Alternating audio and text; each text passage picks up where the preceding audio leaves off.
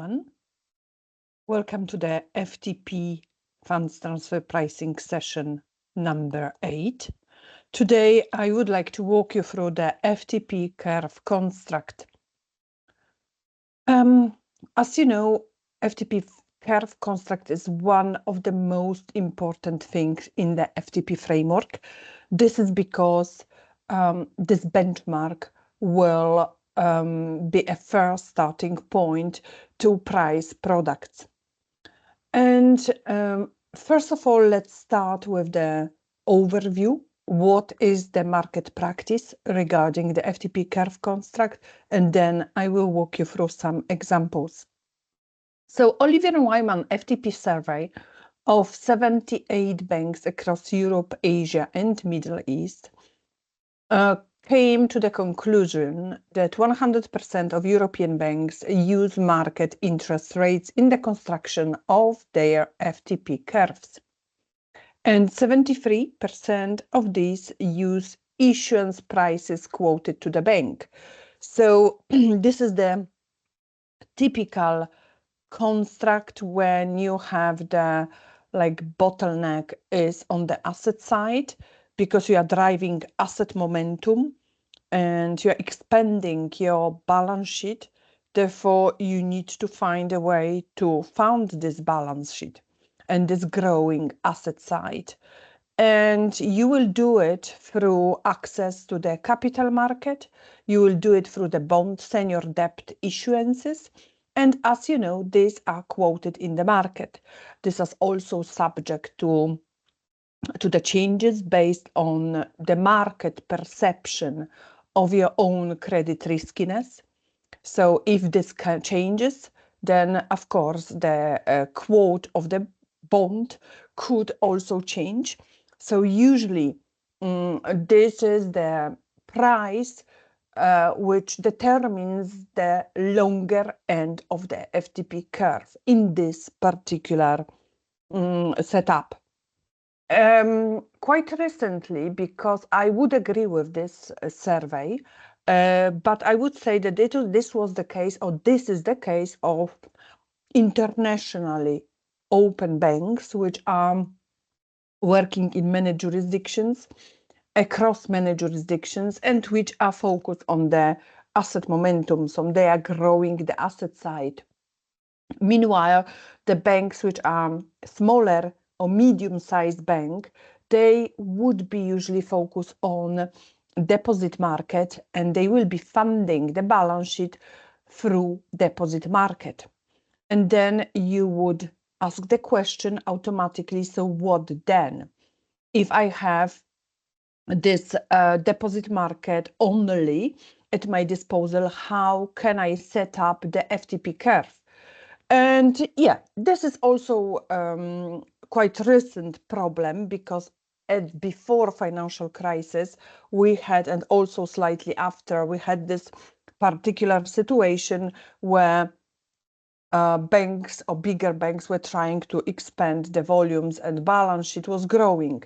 However, then during the low rate environments and COVID, we know that the banks were flooded with deposits, and these deposits had even the name there of surge deposits, because there was a lot of deposit. Basically, customer didn't have anywhere to go, because there was no attractive return on deposit or price in terms of the deposit. So they were basically piling up, these depositors were piling up the money at CASA, current accounts or savings accounts. This is the terminology of CASA.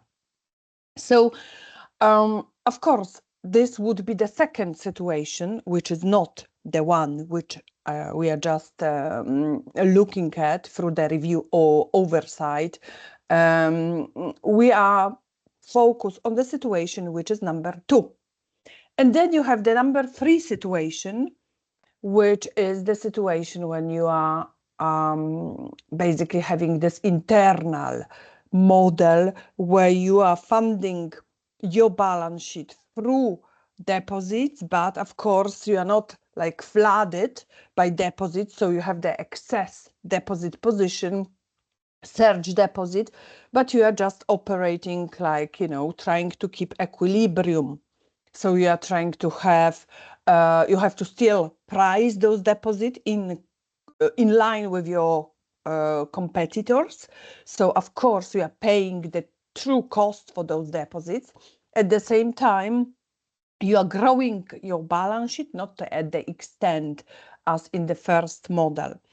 So yeah, this situation, this overview, when we have issuances, bond issuances, is mainly related to the situation before financial crisis and where is this asset momentum, and the cost of issuances was not so big. But also, of course, there are still some banks which are using this model of FTP curve construct.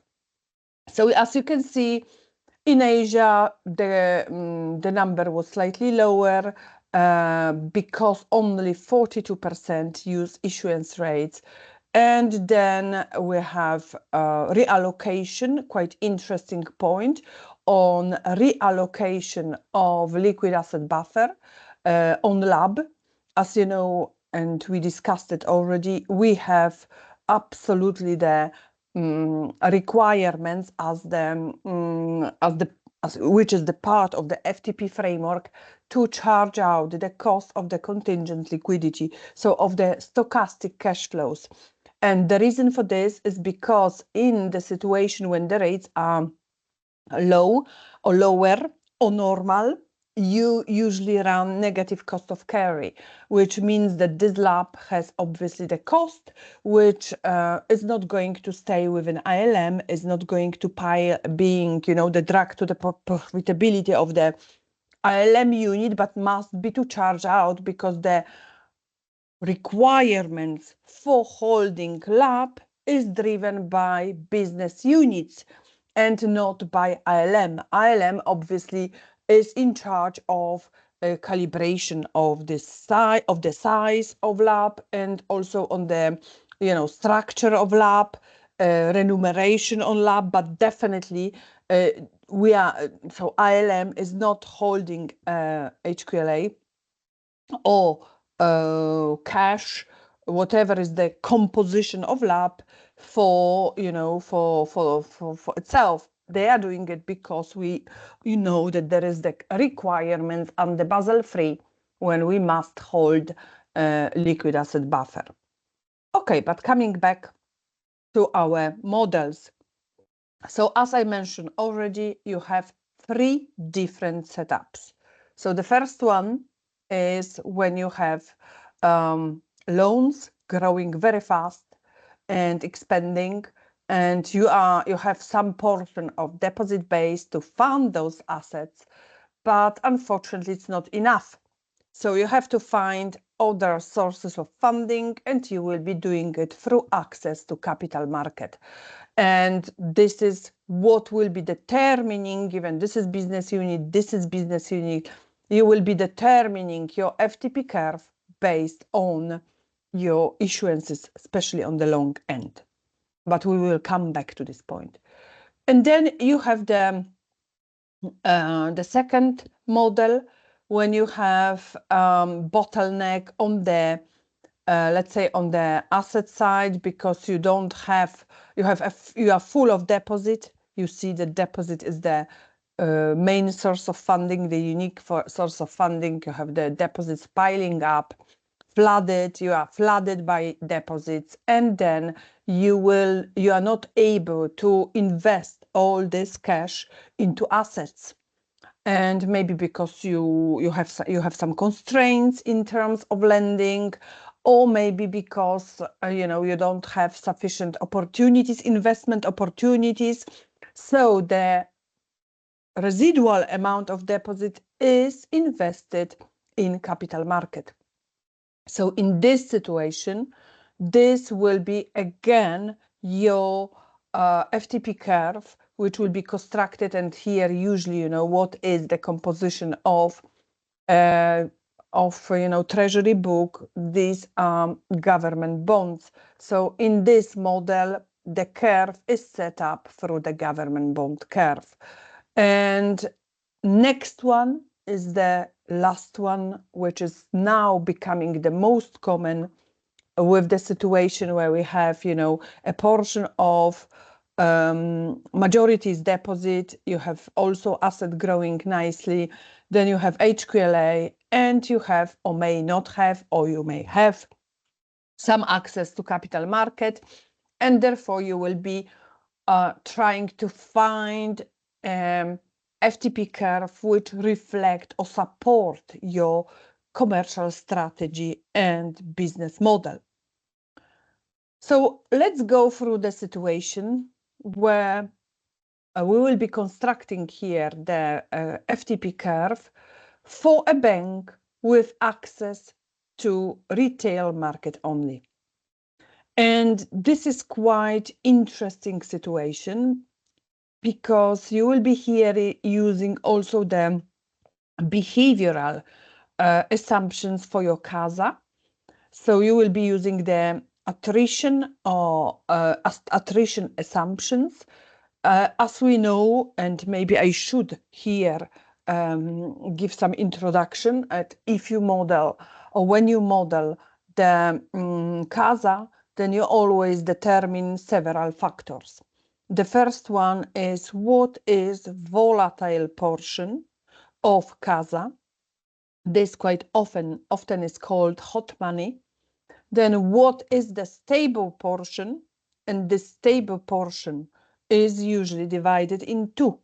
The one is the portion which is sensitive to the external market movements, which is obviously rate sensitive. This is why we call it. And to this portion of customers, you need to pass some market rate movement. So if, for example, the central bank increase the rate by 100 basis points, if we say our CASA has, or our savings accounts have pass-through rate of 50%, we are saying that by each 100 bips of increase in the base rate, you must pass to the customer 50%.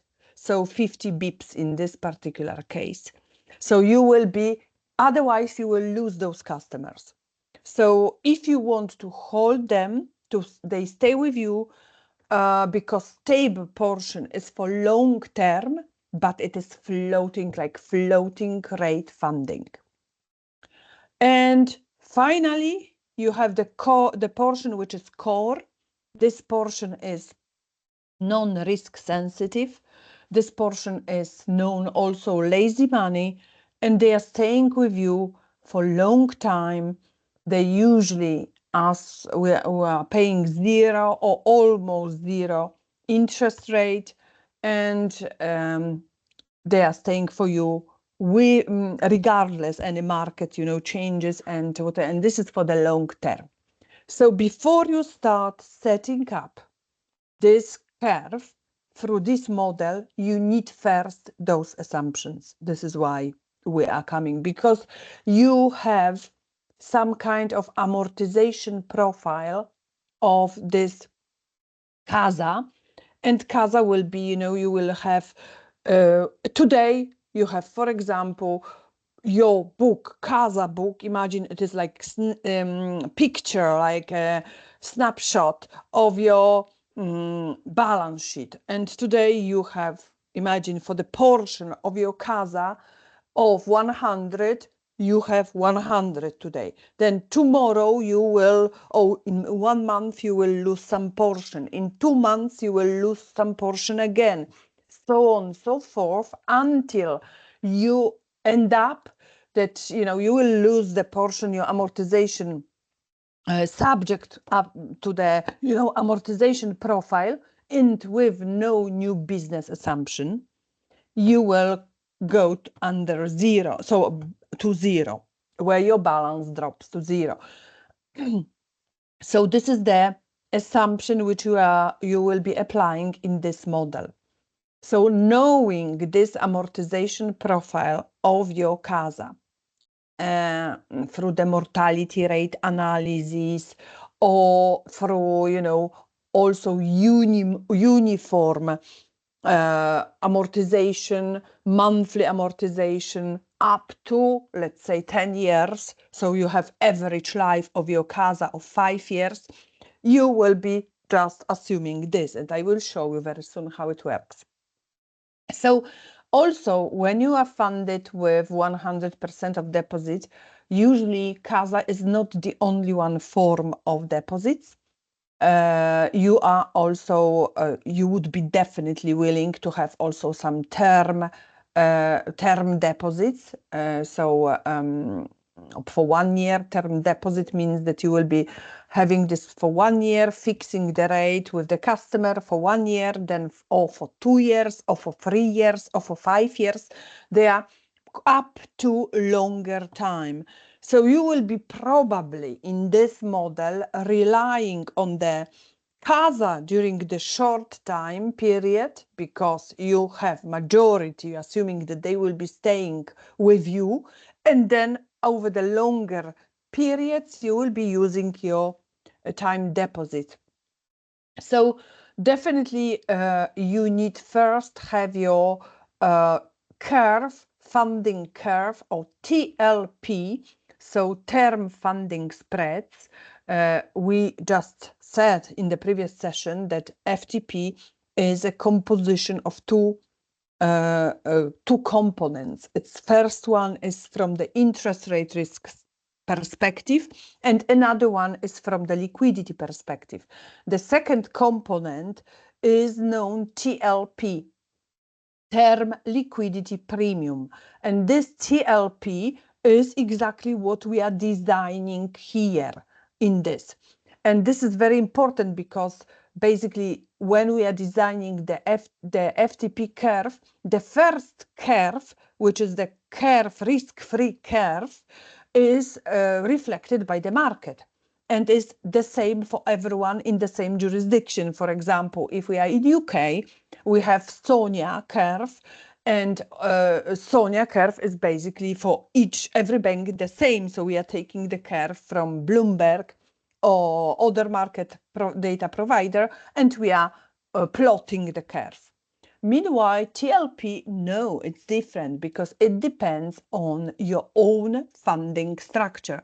So we will be designing here in this particular situation the TLP for different products which are composing our balance sheet. So we will be doing it for term funding spread, as you have here. So this will be the TLP for your 1 year, 2 year, 3 year, 4 year, 5 years time depot.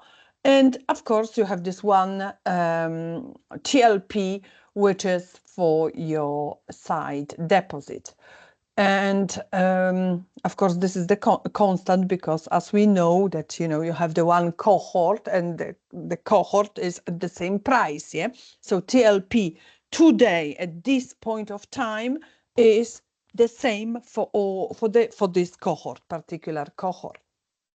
So on the top, you start as the second step, you start applying this attrition, and you assume, as you see here, that at the beginning, so during the first year, so if you want to plot the FTP curve for the first year, so for the tenor of 1 year, you would have 90%, because there's still a lot of balances for CASA, and 10% will be like you will be filling in the gap.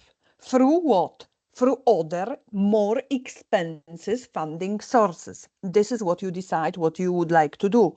You will be obviously funding for the shorter terms, for the shorter asset, you will be using the shorter term liabilities. You won't be funding the 1 year asset with 5 years liability. It doesn't make sense, because of course the longer term of funding, the more expensive they are. So of course, you will be trying, and obviously it is against the principle of maturity transformation, which all banks are making P&L partially through maturity transformation.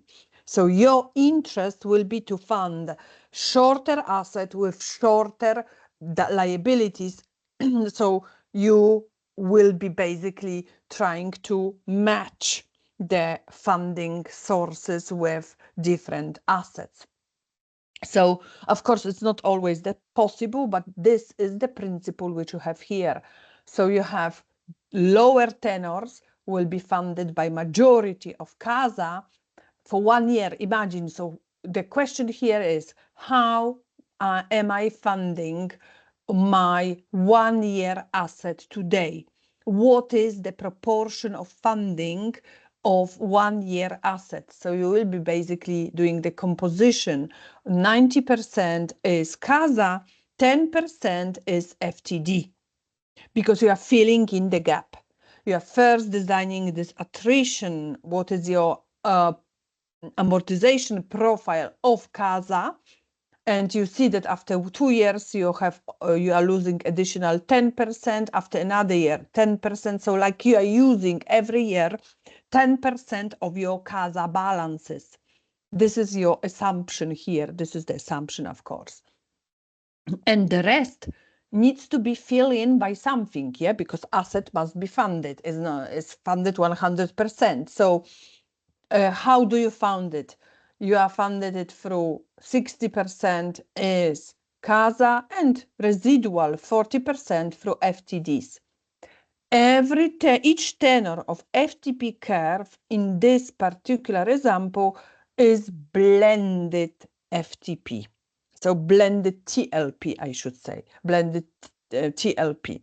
So you have 10% at TLP of 1 year FTD and 90% at TLP of CASA.